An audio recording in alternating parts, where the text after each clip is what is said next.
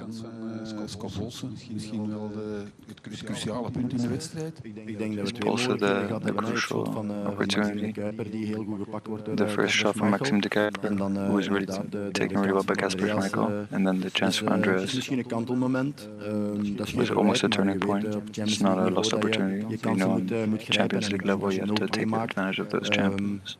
Dat je dan wel If you can make een heel it grote kans hebt om 2-0, 3 punten mee te pakken. then you have a much better chance of getting 3 points. Wat verandert er in de laatste half uur? Want in de eerste What helft changed in the jullie last wel onder half die druk hour? uitvoetballen, komen jullie er een In the paar first keer half, zeer you goed had the uit. pressure to Wat get verandert er through. plots dat in de laatste half uur niet What lukt? changed in the second Ik half? denk de last eerste 30 pas na de minutes. balrecuperatie. Dus The in de first eerste pass helft, after the elke ball bal die we recuperation. recupereerden was de eerste Every bal ball that daarna we was got eigenlijk back, altijd goed.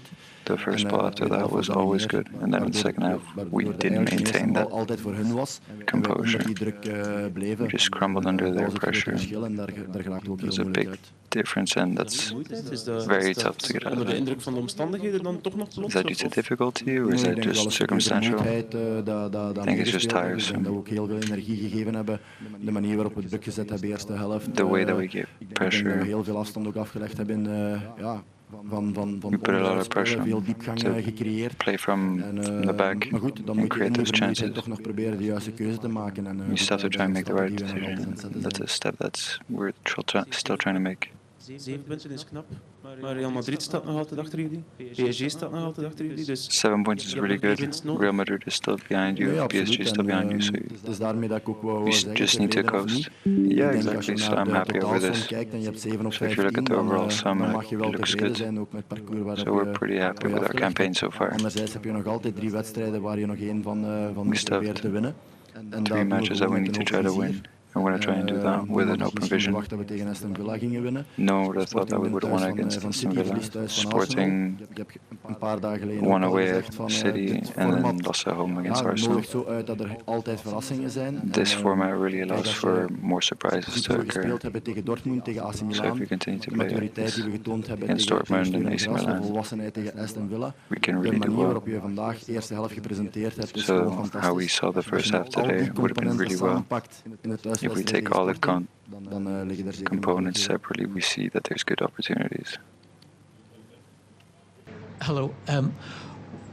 What do you think of the format, and does it alter your approach and your players' mindset? I think the format is for me personally really interesting because you can't measure the things until the last 2 games. Every game you have to play, and my colleagues already the journalist said already PSG is behind you, Real Madrid is behind you, and that's actually not the benefit because they still have to win to be in the top 24 also.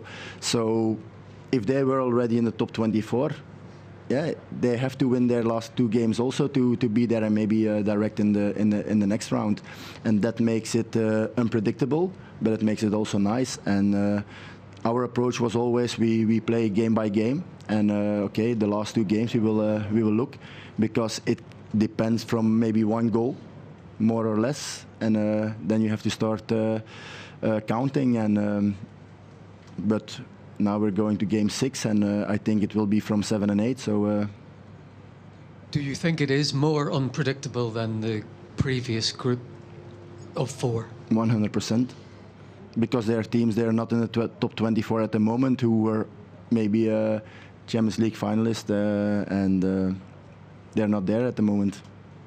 And do you think that there's almost a democratic element to it, that clubs from countries like Belgium and Scotland, do you think you have more of a chance, or is it not really affected?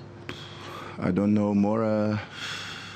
It's like I said, it's unpredictable, and that makes it nice. I gave the example from Sporting Lisbon.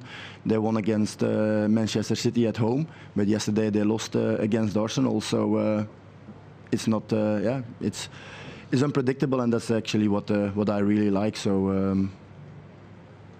Did you find that previously it had been predictable? The groups had been predictable. Yes, because you have more top teams in your group, so you know that you have 2 or 3, maybe 6 difficult games, and now okay also, but it's 1 game. It's not home and away, so it gives you always a little bit more of a chance. Thank you very much.